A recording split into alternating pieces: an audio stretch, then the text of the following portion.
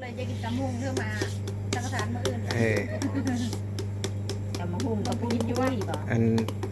อยู่บ้านตะแล้วเพิ่นสิเฮ็ดสังฆทานกลางพรรษามื้ออื่นนี่ก็เลยว่า แนวโฮมเพศยิ่งอันนี้เนาะแต่ว่ายังไม่ทันได้โฮมเมื่อใดอันนี้เป็นบางส่วนได้ซื้อ สัทธา จักมะฮุ่งมื้ออื่นเพิ่นสิตำมะฮุ่งแต่เช้าก็มีเช้าแล้วประมาณ 8-9 โมงพุ่นแหล้วหมดบ้าน 2-3 บ้านเขตตะแล้วบ้านตะแล้วใหม่ก็เลยจักไว้อันนี้ออกเงินกันบ่ซื้อมะฮุ่งนี่หรือว่าเลย สัทธา สถาเนาะ สัทธา สถาเรามาโฮมกันบัดนี้ สัทธาไม่ออกลอย เอ ไม่ อ ออกแดงแล้วก็ไม่ออกลาตี 3 คน เพิ่นมีสถาตำมะฮุ่งเจ้าภาพว่าซั่นสิ สามเจ้าภาพ 3เจ้าภาพโฮมกันเพื่อเริ่มมีเพื่อเลิกกลับไปโฮมกันเนาะมื้ออื่นเนาะ ตำมะฮุ่งกับตำข้าวปุ้น เพิ่นสิจักกว่านี้ ตำมะฮุ่งแน่ตำข้าวปุ้นแน่พ่อแม่พี่น้อง ซื้อเลขเซ่บ่ เนาะ ซื้อที่เก้าบ่ ซื้อบ่เลยก็มีสมอยบ่ ซื้อที่18นะ เออ ซื้อที่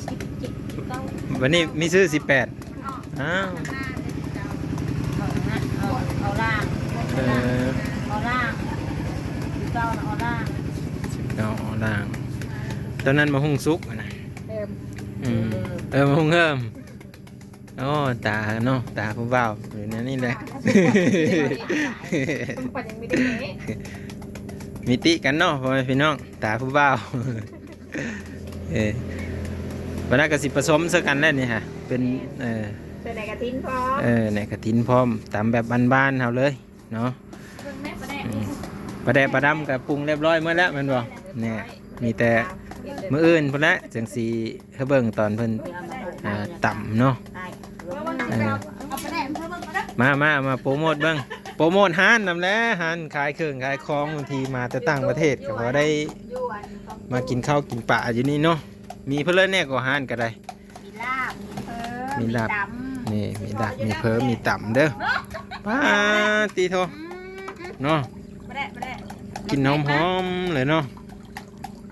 นี่อันนี้คือปรุงเรียบร้อยแล้วได้ เรียบร้อย มีแต่ว่ามื้ออื่นพ่อกันเนาะ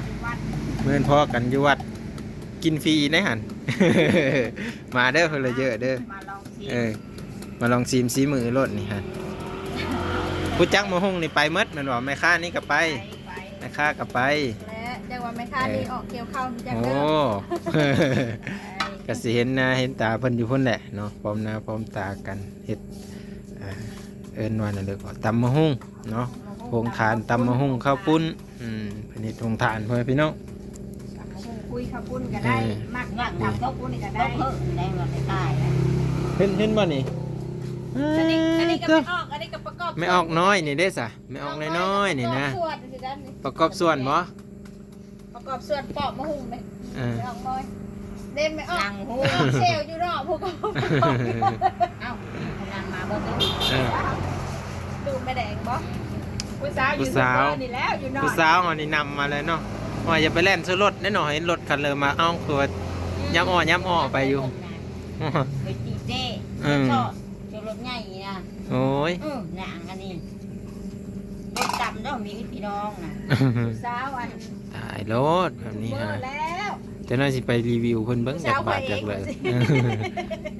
ผู้สาวก็หาแม่เฒ่าไม่ได้ก็เลยไม่ได้เอาแล้วว่ะจักสิเอาค่าดองเนาะเพิ่นเลยนี่บุคอนํเพิ่นเลยเออ ผีเพิ่งก็มีเฮอแล้วเนาะ เอาเต้นน่ะเด้สิปั้นน่ะเอากระป๋องปั้นไปเท่าด่านจนได้ เออมาหงนี่กัดไล่มาเติบอยู่บ่นี่หมดเลย อยู่ได้ เออ ที่กองกระทั่งอีกอยู่ โอ้อยู่กกอันนี้เอามาจากกกใหม่ๆสด ไม่เลย ๆ ไปถึงมาหู มื้ออื่นนี่กรอบๆนะFC เพิ่นก็สิคิดภาพฮอดอยู่ดอกว่าแต่ว่าลายนี่ห้อยมาก็เต็มกกอันเนี้ยเลยแล้วนี่อันนี้คือถ่ายบางช่วงบางตอนเนาะก็คือตอนมือกะเกมว่าซั่นเซแล้วเพิ่นก็จะมาโลมกันมื้ออื่นนี่โอ้หลายบ้านได้พ่อแม่พี่น้อง 3-4 บ้านพุ่นแหละคนนี่ฮ เขาแจกบักใหญ่ๆก็แม่นเต็มพูดไม่จักเนาะมื้ออื่นนี่ถ้าคนมีโต๊ะ ขอแต่พ้นมีตกนะครับพ้นตกนี่ก็โอ้ยไปมาก็ยะเอาไว้พี่น้องเนาะไปมาเนี่ยลำบากร้าย มัดอยู่แล้วนะมืออื่นนี่เบิ่งนี่คนนี่ต้องมาร้ายเพราะว่าเป็นงานบุญเพลิดต่างๆเขากะส่วนร้ายเขาก็มักกินแบบนี้เนาะกินลิ้นกินโถอาหารหวานเห่าซุ่มแซวกันไป ปลาแดะต้อนเนาะ เออ ปลาแดะต้อนกันอย่างนี้เป็ด อันนี้คือปลาแดะปรุงเรียบร้อย แดะปรุงเรียบร้อยต้มซุป ต้มซุปปรุงเรียบร้อยพ่อแม่พี่น้องห้านนี่ก็จะเป็นห้านขายเครื่องอาหารเนาะเป็นห้านอาหารเลยก็ว่าได้เพราะว่ามีทั้งเฟอข้าวเป้แล้วก็ซีนจำลาบซีนเนาะมีครบพ่อแม่พี่น้องตำก็มีตำ ลมตำต้อน ตำลมตำต้อนตำมี่ต ว่า ำมั่วตำเพลิมีหมัดเนาะเพราะแต่สั่งเพิ่นนะตำทะเลมีบ่ตำทะเล ทะเลไม่มี แล้วก็มีน้ำเย็นๆพร้อม เบยเย็น เบยเย็นๆก็มีน้ำแข็งก็มีนี่ครบสุดมาแต่ดึกแต่ไกลก็เพื่อสิผ่านไปจะแวะนี่ก่อนนี่เห็นว่าฮอดอันน่ะประตูโค้งเนาะประตูโค้งบอนมีพญานาคเอามานี่แหละสิเห็นอยู่ดอกห้านกับสิอยู่ถ้ามาแต่แก้งเกาะกับสิอยู่เบื้องขวา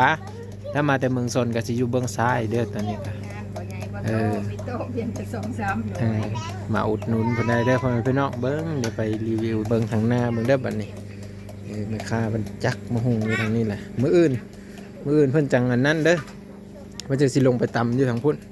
นี่ห้านก็สิอยู่ประมาณนี้เนาะนี่มีน้ำส้มน้ำหวานเต็มเนาะเอาเสื้อไว้ตอนรับลูกค้าทุกท่านพ่อแม่พี่น้องเนาะนี่ก็สิอยู่ประมาณนี้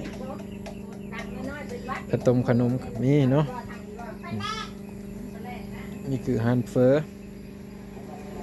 อยู่ประมาณนี้เนาะอันนี้ก็เส้นทางไปเมืองซนตัวนี้ไปเมืองซนเนี่ยมันจะไปทางนี้เนาะอันนี้จะอยู่ประมาณนี้เนาะเอาพอเริ่มมาก็กินข้าวกินปลานี่ก็แว่นี่ก็ได้พี่น้องเนาะเพราะว่าเพิ่นมีไว้ตอนรับลูกค้าไว้ตอนรับลูกค้าครบสุดเนาะข้าวต้มขนมพอเริ่มมีน้ำส้มน้ำหวานน้ำเย็นเนาะมีตำมีพอเริ่มครบพี่น้องเอ้ยเนาะประมาณนี้เด้อก็ถ้าติดตามเบิ่งวิดีโอต่อไปเนาะว่าเพิ่นจะลงไปมื้ออื่นนี่คนจะร้ายบ่หรือว่าคนจะน้อยอันนี้คือกาเกมเนาะกาเกมเฮ็ดบุญเนาะกาเกมเฮ็ดโรงทานตำบักหุ่งอันนี้ก็ได้เพื่อนพี่น้องถ้าติดตามนะครับสมเบิ่งไปพร้อมๆกันหมดไปแล้วมะหนึ่งมันบ่ 2-3แล้ว นี่2-3มะเลยนี่ดินี่โอ้มะนั่นก็หมดเลยมาหุงเพิ่มกันหน่อยบักใหญ่ๆหนึ่ง บักเบลอเลย ใหญ่เลยเนาะวันนี้ใครแต่ว่าพ้นกับเสาแล้วนี่แต่ว่าตอนบอนเคอร์สิเพนพ้นตกไปมากสิญะแน่มื้ออื่นรอรุ่นเบิ่งนำกันว่าพ้นสิตกบ่ตัวนี้เนาะถ้าพ้นไม่ตกกับคนร้ายกับพ้นตกก็คือว่าแหละไปมาญะคนก็ไม่จะไปแล้วพ่อแม่พี่น้องอันนี้ก็คือเพิ่นได้ขายทุกมื้อเนาะมีมื้อปิดก็มีแต่ว่าสิแจ้งดอกเนาะตอนนี้นี่มียานหรือเปล่า บ่มีเซงเบิ่ง ยาน เออย านเพลอ